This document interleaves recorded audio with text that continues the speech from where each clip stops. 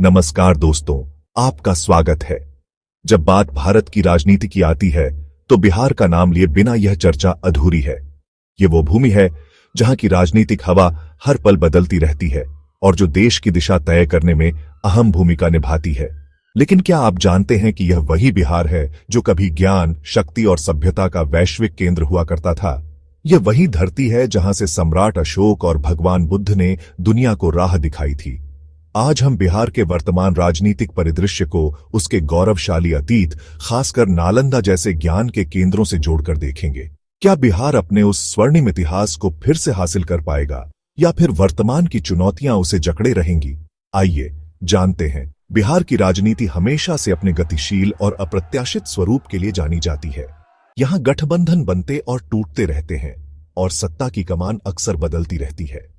वर्तमान में राज्य की राजनीति प्रमुख रूप से कुछ बड़े चेहरों और गठबंधनों के इर्द गिर्द घूमती है। यहां मुख्य रूप से जनता दल यूनाइटेड (जेडीयू), राष्ट्रीय Janata Dal (RJD), Bharatiya Janata party (BJP) और कांग्रेस जैसे दल सक्रिय हैं। महागठबंधन और राष्ट्रीय जनतांत्रिक गठबंधन (एनडीए) के बीच अक्सर सत्ता का संघर्ष देखा जाता है। मुख्यमंत्री नीतीश कुमार और उप मुख्यमंत्री तेजस्वी यादव जैसे नेता बिहार की वर्तमान राजनीति के केंद्र में हैं, जिनके फैसलों का सीधा असर राज्य पर पड़ता है। प्रमुख चुनावी मुद्दे। बिहार की राजनीति केवल सत्ता के खेल तक सीमित नहीं है, बल्कि यह सीधे तौर पर जनता के मुद्दों से जुड़ी है। विकास और बुनियादी ढांचा, सड़कें, बिजली, शिक्षा और स्वास्थ्य सेवाएं हमेशा चुनावी बहस का हिस्सा रहती है। रोजगार। बिहार से बड़े पैमाने पर होने वाला पलायन एक बड़ी समस्या है और युवाओं के लिए रोजगार सृजन हमेशा एक चुनावी वादा रहता है। जातिगत समीकरण। बिहार की राजनीति में जातिगत पहचान और समीकरणों की भूमिका बहुत गहरी और निर्णायक होती है। सुशासन और भ्रष्टाचार।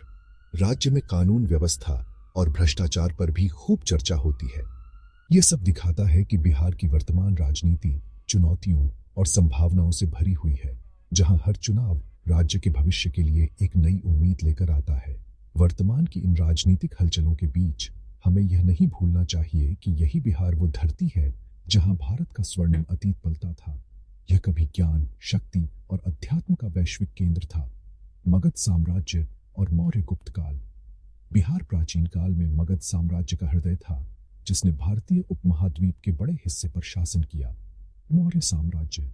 चंद्रगुप्त मौर्य ने यहीं से एक विशाल साम्राज्य की नींव रखी और उनके पोते सम्राट अशोक ने कलिंग युद्ध के बाद बौद्ध धर्म अपनाकर उसे विश्वव्यापी धर्म बनाया। अशोक की शांति और धर्म के संदेश बिहार से ही पूरी दुनिया में फैले। गुप्त साम्राज्य। गुप्त काल को भारत का स्वर्ण युग कहा जाता है और यह भी बिहार से ही संचालित होता था।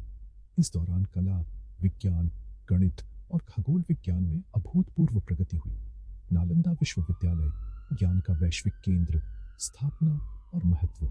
24वीं शताब्दी ईस्वी में स्थापित नालंदा विश्वविद्यालय प्राचीन भारत में उच्च शिक्षा का सबसे बड़ा और प्रतिष्ठित केंद्र था।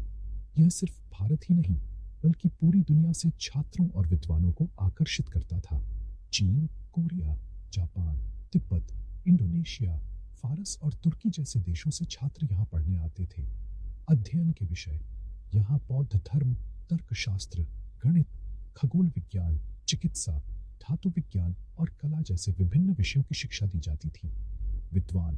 प्रसिद्ध विद्वान जैसे आर्यभट्ट, जिन्होंने शून्य का आविष्कार किया, नागार्जुन और शीलभद्र यहीं से जुड़े थे।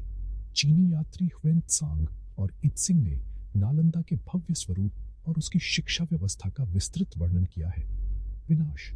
12वीं शताब्दी में बख्तियार खिलजी के आक्रमण ने नालंदा को तबाह कर दिया, जिससे ज्ञान का यह विशाल पुस्तकालय और केंद्र जलकर राख हो गया। यह भारत के इतिहास की एक दुखद घटना थी। अन्य ऐतिहासिक स्थल। पाटलिपुत्र, आधुनिक पटना। यह कई साम्राज्यों की राजधानी रही, जहां मौर्य और गुप्त शासकों ने शासन किया। वैशाली, दुनिया के पहले गणराज्यों में से एक और जैन धर्म के 24वें तीर्थंकर भगवान महावीर का जन्म स्थान। बोध गया, जहां भगवान बुद्ध को ज्ञान प्राप्त हुआ था। यह अतीत बिहार की उस गरिमा और क्षमता को दर्शाता है जिसे आज भी महसूस किया जा सकता है। यह एक दुखद सत्य है कि अपने गौरवशाली अतीत के बावजूद बिहार आज कई गंभीर चुनौतियों का सामना कर रहा है। गरीबी, बेरोजगारी, शिक्षा और स्वास्थ्य के क्षेत्र में पीछे रहना और बड़े पैमाने पर पलायन आज बिहार की पहचान बन गए हैं।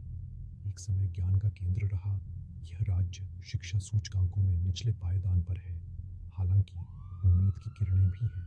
नए नालंदा विश्वविद्यालय की स्थापना, जो आधुनिक शिक्षा का केंद्र बनने का प्रयास कर रहा है, अतीत के गौरव को पुनर्जीवित करने का एक प्रतीक है। सरकारें विकास परियोजनाओं पर ध्यान दे रही हैं और बिहार के युवा उद्यमिता और नवाचार के माध्यम से बदलाव ला रहे हैं। बिहार की राजनीति और उसके चुनाव इन चुनौतियों से निपटने और राज्य को उसके स्वर्णिम अतीत की ओर वापस ले जाने का एक महत्वपूर्ण माध्यम है। यह तय करना जनता के हाथों में है कि वे ऐसे नेताओं और नीतियों का चुनाव करें जो शिक्षा, स्वास्थ्य और रोजगार को प्राथमिकता दें, ताकि बिहार फिर से ज्ञान और समृद्धि का केंद्र बन सके, जैसा वह सदियों पहले था। बिहार का इतिहास केवल किताबों में दर्ज कुछ कहानियां नहीं है, बल्कि यह एक जीवित प्रेरणा है। वर्तमान की राजनीतिक उठापटक और चुनावी वादों के बीच यह जरूरी है कि हम उस भूमि की वास्तविक क्षमता को पहचानें, जिसने कभी दुनिया को ज्ञान और सभ्यता का मार्ग दिखाया था।